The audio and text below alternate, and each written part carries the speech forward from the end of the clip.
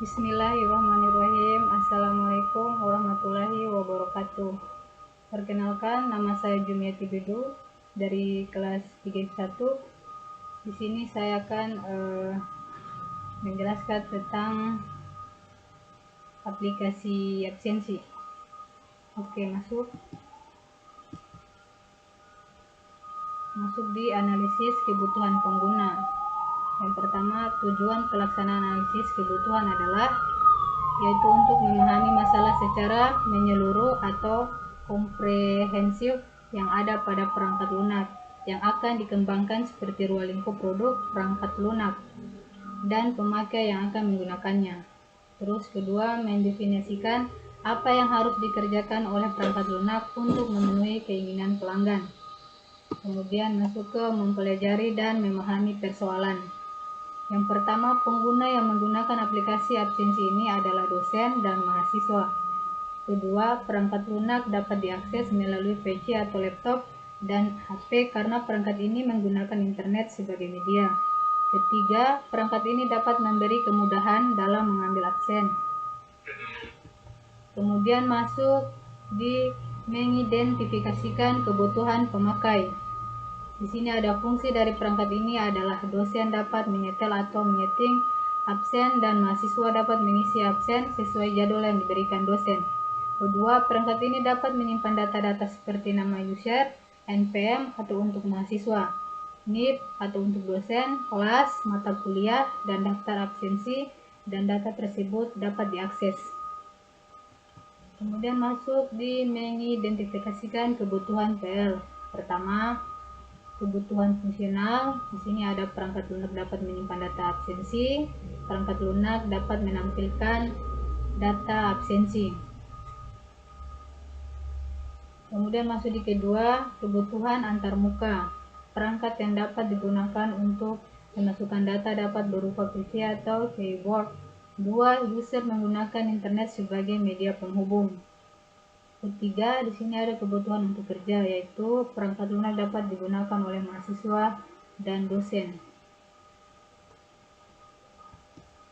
Kemudian masuk di diagram flow. Diagram flow adalah suatu diagram yang menggunakan notasi-notasi untuk menggambarkan arus dari data sistem, yang penggunaannya sangat membantu untuk memahami sistem secara logika, terstruktur, dan jelas. Kemudian digunakan sebagai perangkat penting dalam memodelkan sistem. Kemudian masuk di menggambarkan sistem yang berjalan menggunakan DVD. Proses sistem yang berjalan. Dosen dan mahasiswa dapat masuk ke sistem dengan memasukkan identitas seperti nama dan NPM atau NIP. Kemudian setelah itu, program akan mengecek validitas data dosen dan mahasiswa. Apakah data yang dimasukkan sudah benar atau salah? Jika data yang dimasukkan salah satu, maka sistem akan kembali meminta memasukkan data yang benar. Kemudian jika data yang dimasukkan benar, maka dosen dapat menyetel atau men-setting jadwal absensi seperti hari, jam, kelas, dan mata kuliah. Mahasiswa akan mendapatkan jadwal absen yang sudah disetting oleh dosen. Kemudian mahasiswa dapat mengisi absen jika masih dalam tempo yang sudah ditetapkan oleh dosen. Setelah mengisi absen sistem akan memperlihatkan hasil absen yang sudah diisi oleh mahasiswa. Kemudian dosen akan mendapatkan seluruh daftar absensi yang sudah dilakukan oleh mahasiswa.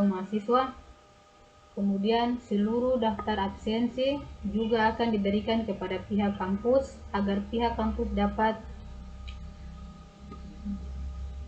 memanfaatkan oleh dosen mahasiswa.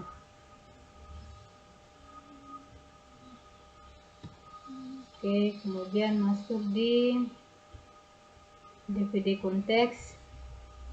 Di sini entitasnya ada 3. Yang pertama mahasiswa, dosen, dan kampus. Di sini mahasiswa akan input ke sistem informasi absensi. Sini ada input nama dan NPM. Kemudian isi absensi. Kemudian sistem informasi absensi ini masuk ke mahasiswa. Hasil outputnya adalah jadwal absen, kemudian hasil absen. Kemudian masuk ke dosen. Di sini dosen inputnya ke sistem informasi absensi, ada input nama dan NIP, kemudian setting absen. Di sini hasil outputnya ada hasil settingan absen, kemudian daftar absensi mahasiswa. Kemudian sistem informasi absensi masuk ke kampus. Di sini ada daftar absensi mahasiswa. Kemudian masuk di DPD 0. Di sini entitasnya ada 3, mahasiswa, dosen, dan kampus. Di sini mahasiswa akan menginput nama dan NPM ke pengisian identitas dan isi absensi. Kemudian masuk ke data user absensi. Hasil outputnya ada jadwal absen, isi absen. Kemudian masuk di data absen, ada pengelola dan informasi. Ada hasil absen masuk ke mahasiswa. Kemudian masuk ke dosen, ada input nama dan NIP ke pengisian identitas. Kemudian ada settingan jadwal. Hasil outputnya dari data user ke absensi, yaitu ada tempat penyetelan dan ada hasil settingan jadwal. Kemudian ada daftar absensi seluruh mahasiswa. Kemudian masuk di kampus. Di sini ada pengelolaan informasi, masuk ke daftar absensi seluruh mahasiswa. Semua datanya sudah terkumpul di kampus. Ini hasil outputnya. Baik, lebih dan kurangnya saya mohon maaf. Saya ucapkan wassalamualaikum warahmatullahi wabarakatuh.